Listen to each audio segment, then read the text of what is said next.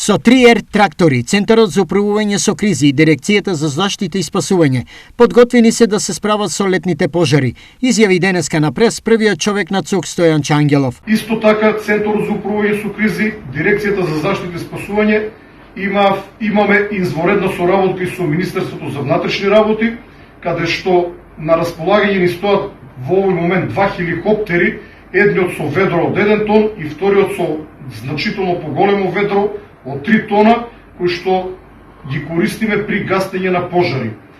Воедно имаме одлична соработка и со армијата, каде што на располагање имаме 2 хеликоптери, кои што ги чуваме како последна линија на одбраната. Се уште е отворен проблемот со недостигот од доволен број на пожарникари, нагласи Ангелов, особено кога тие се во состав на останатите институции, како што е примерот со јавното предпријатие Национални шуми. Национални шуми имаат условно речено пожарникари, но бројот на пожарникари е недоволен.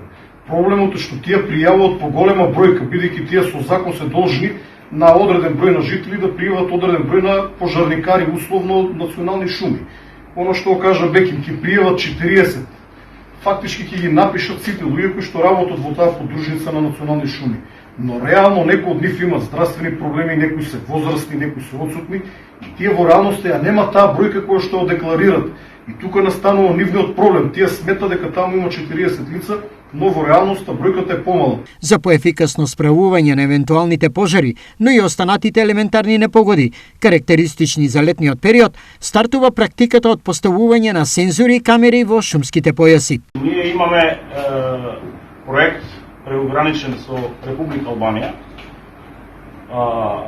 каде што покрива општина Струга и општина Либрашт и го покрива планината Јабланица, тоест националниот парк, таму кој што е прогласен.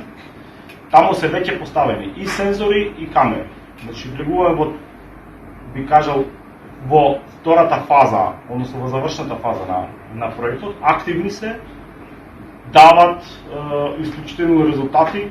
Ние сме отишле чекор понапред, уште со тоа што ги споделуваме податоците со Министерството за внатрешни работи, значи се што се земеме како слики или како видеозаписи или пак други сигнали ги споделуваме со Министерството за внатрешни работи со цел испречување на сеча, но и испречување на било какви други дејанија кои што може да се случат во тој регион. Се надевам дека тој е исклучителен добар проект, каде што недалеку од оваа година ќе се потрудиме да имаме follow-up, значи продолжување на истиот, така да можеме да покриеме и делот од Охридско езеро и Галичица со Преспа.